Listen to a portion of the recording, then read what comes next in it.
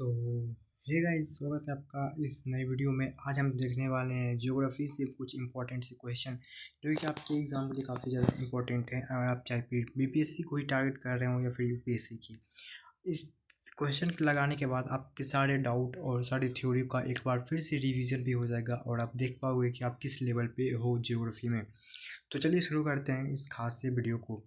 तो हमारा पहला क्वेश्चन है, निम्नलिखित में से कौन सा कथन पृथ्वी के आंतरिक संरचना के संबंध में सही है? ठीक है, आपको बताना है। पहला है ऑप्शन हमारा, पहला क्या है, सियाल मुख्यतः महासागरीय प्रॉपर्टी में पाया जाता है। दूसरा है सीमा। अब यहाँ पे सीमा किसी का नाम नहीं है, बल्कि आपको ज्योग्राफी पढ़े होंगे तो आपको पता होगा क्या होता है सीमा। ठीक है, सिलिका और मैग्नीशियम से निर्मित है। तीसरा है मेटल पूर्णतः द्रव में अवस्था में होता है। चौथा है क्रूड केवल ठोस अवस्था में पाया जाता है। तो इसका राइट आंसर क्या हो जाएगा? इसका राइट आंसर हो जाएगा क्या? B, option number B.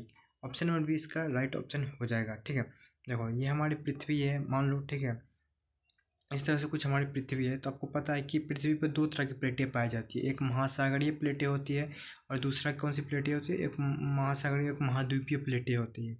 और महाद्वीपीय प्लेटें क्या होती है? यह बहुत ही ज़्यादा ठोस होती है, एरिया बहुत ज़्यादा हल्का होता है। उसी में सीमा जो है, देखो सीमा मतलब होता है, ऐसा ही मतलब होता है सिलिका, और एम का मतलब होता है मैग्नीशियम। इन दोनों को मिलके बना होता है। ठीक है, नेक्स्ट देखते हैं हमारा, मोहो अशांत्य किसके बीच में स्थित होता है? तो इसका राइट ऑप्शन क्या हो जाएगा? इसका राइट हो जाएगा ऑप्शन नंबर बी। अगला क्वेश्चन देखते हैं हम लोग। अगला क्वेश्चन है, निम्नलिखित में कौन सी प्रक्रिया अपक्षय नहीं है? अपक्षय नहीं है कौन सी प्रक्रिया? पहला है ऑक्सीकरण, दूसरा है कार्बनीकरण, तीसरा है निक्षेपण, चौथा है जल योजन। तो देखो इसका राइट ऑप्शन हो जाएगा सी, निक्षेपण। निक्षेपण क्या होता है कि जब नदियाँ आती है, ठीक है, अपने साथ अवसाद लेके, तो वह अपने अवसादों को निक्षेपित कर देती है बगल वाले स्थान में। उसी क्रिया को हम निक्षेपण कहते हैं। अपक्षय क्या होता है कि जब यही नदियाँ जब पर्वतों से नीचे उतरती है तो यहाँ के जो चट्टानें होती है उसको तोड़ती है। उस तोड़ने की घटना को अपक्षय कहते हैं। ठीक है, अगला क्वेश्चन है, हॉस्टन और ग्रेवन निर्माण किससे संबंधित है? यह निर्माण संबंधित है भ्रंशन की घटना से। ठीक है, नेक्स्ट है, निम्नलिखित में से कौन सा अवशिष्ट पर्वत का उदाहरण है? इस क्वेश्चन को वीवीआई कर लो आप लोग, क्योंकि इसका क्वेश्चन बहुत बार एग्जाम में पूछा गया चुका है। और इसका राइट आंसर क्या होगा आप कमेंट में बताओ। इसका राइट आंसर हो जाएगा ऑप्शन नंबर बी।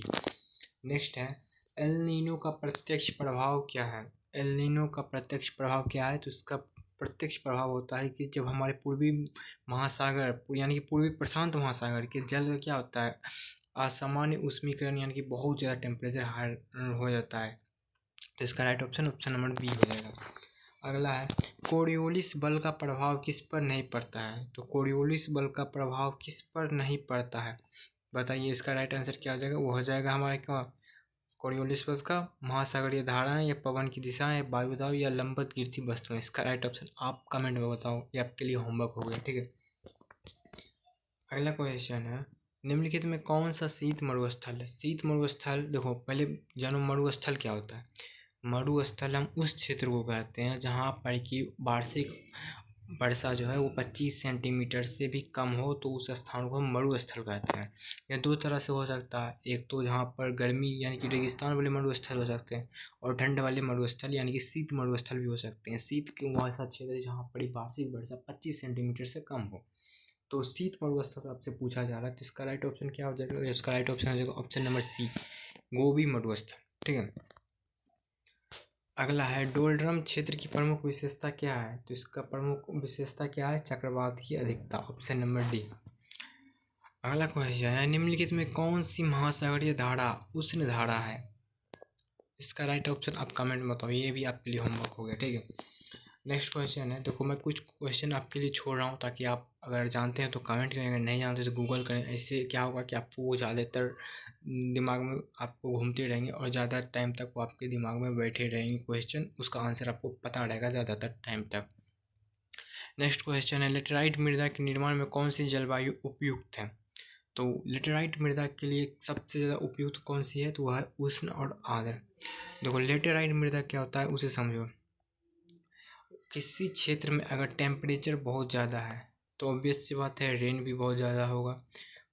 और जब रेन ज़्यादा होगा तो मृदा यह मिट्टी पर गिरेगी और मिट्टी पर जो पोषक तत्व हैं उसे घोल कर अपने साथ नीचे ले जाएगी या किसी गड्ढे वाले स्थान में जमा कर देगी।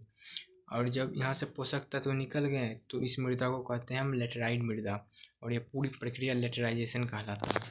ठीक है, नेक्स्ट देखते हैं हम लोग, रेगुल मृदा किस फसल के लिए सर्वाधिक उपयुक्त है? तो रेगुल मृदा को हम काली मृदा के नाम से भी जानते हैं। तो इसका राइट ऑप्शन क्या हो जाएगा? इसका राइट ऑप्शन हो जाएगा ऑप्शन नंबर सी, कपास के लिए।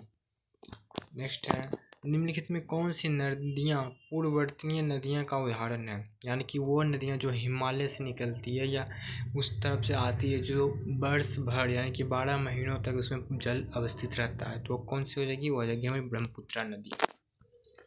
नेक्स्ट है, भारत में सर्वाधिक वर्षा किस कारण से होती है? भारत में सर्वाधिक वर्षा तो हम सब ऐसे जानते हैं मानसून पर, मानसून के भी प्रकार, मतलब मानसून की कुछ शाखाएं होती है, प्रकार नहीं होती है। तो कौन सी शाखाओं से होती है? इसका राइट ऑप्शन क्या हो जाएगा? इसका राइट ऑप्शन आएगा दक्षिण पश्चिमी मानसून, ऑप्शन नंबर बी। ठीक है, अब क्यों होती है इसके लिए आपको थ्योरी में जाना पड़ेगा, डीप में जाना पड़ेगा, मानसून के चैप्टर को पढ़ना पड़ेगा। आप कमेंट में बताना, अगर चाहिए तो मैं मानसून के ऊपर पूरा एक डिटेल वीडियो लेके आऊँगा। ठीक है, अगला है, जूम कृषि किस प्रकार की कृषि है? जूम कृषि, यहाँ पर टाइपिंग एरर है, जूम नहीं जूम हो, तो ये क्या है? स्थानांतरित कृषि, ऑप्शन नंबर बी इसका राइट हो जाएगा। तो किसी क्षेत्र में जब यहाँ के पत्तों पेड़ पौधों को काट कर, घास को काट कर जलाकर, ठीक है, उसके बाद इस खेत पर उत्पादन किया जाता है, और जब इसकी उत्पादकता खत्म हो जाती है तो यहाँ से दूसरे स्थान पर शिफ्ट हो जाते हैं लोग, फिर दूसरे स्थान पर यही क्रिया करते हैं। इसी तरह की कृषि को हम झूम कृषि कहते हैं। अगला है, निम्नलिखित में से कौन सा नवीकरणीय संसाधन नहीं है? नवीकरणीय संसाधन नहीं है तो ऑप्शन नंबर सी इसका कोयला हो जाएगा। देखो, नवीकरणीय संसाधन क्या होता है ये समझो, वैसा संसाधन जो ख़त्म नहीं हो सकता, सीधा सीधा समझो, ख़त्म नहीं हो सकता, जिसका उपयोग हम बार बार कर सकते हैं, जिससे प्रदूषण बहुत ज़्यादा कम मात्रा में हो, उसे हम नवीकरणीय संसाधन कहते हैं। लेकिन कोयला देखिए अभी एक सीमित में है और इसके जलाने से प्रदूषण भी होता है, इसलिए कोयला क्या है? अनवीकरणीय है। नेक्स्ट है, भारत का कौन सा बंदरगाह प्राकृतिक बंदरगाह है? ये बहुत इजी क्वेश्चन है, ये मैं आपके लिए छोड़ रहा हूँ। 3 क्वेश्चन हो चुके हैं जो मैं आपके लिए छोड़ा हूँ, आप कमेंट में ज़रूर बताना। अगर नहीं जानते तो गूगल ज़रूर करना, इसका आंसर आपके लंबे समय तक दिमाग में रहेगा अगर आप गूगल करेंगे तो, क्योंकि दिमाग पर प्रेशर पड़ेगा और प्रेशर से क्या होगा कि वो आंसर आपको याद हो जाएगा। अगला क्वेश्चन है, जनसांख्यिकी संक्रमण सिद्धांत के अनुसार जनसंख्या वृद्धि की विकास दर क्या है? तो इसका राइट ऑप्शन हो जाएगा दूध, यानी कि बी इसका राइट ऑप्शन हो जाएगा, द्वितीय अवस्था में सबसे ज़्यादा होता है। नेक्स्ट है, निम्नलिखित में कौन सा युग्म सही सुमेलित नहीं है? देखो, उड़ीसा से लौह अयस्क मिलता है, सही बात है। झारखंड से बॉक्साइट मिलता है, ये भी सही बात है। राजस्थान से अवरक मिलता है, नहीं, राजस्थान से अवरक नहीं मिलता है, ये ऑप्शन नंबर गलत है और यही पता करना था। इसका राइट ऑप्शन सी होगा। नेक्स्ट है, रिंग ऑफ फायर संबंधित है, रिंग ऑफ फायर है प्रशांत महासागर से, और रिंग ऑफ फायर क्या है? तो एक देखो, प्रशांत महासागर में एक ऐसा क्षेत्र बना हुआ है जहाँ पर क्या, जहाँ पर ना बहुत ज़्यादा भूकंप और सुनामी आती रहती है, और जापान भी इसी रिंग ऑफ फायर की लाइन में आता है, इसीलिए जापान में आप अक्सर सुनते होंगे कि वहाँ पर भूकंप या सुनामी आते रहता है। ठीक है, आई होप ये वीडियो आपको पसंद आया हो तो प्लीज़ सब्सक्राइब करना और ज़्यादा से ज़्यादा शेयर करो, सपोर्ट करो, ऐसे ही और वीडियो आते रहेंगे।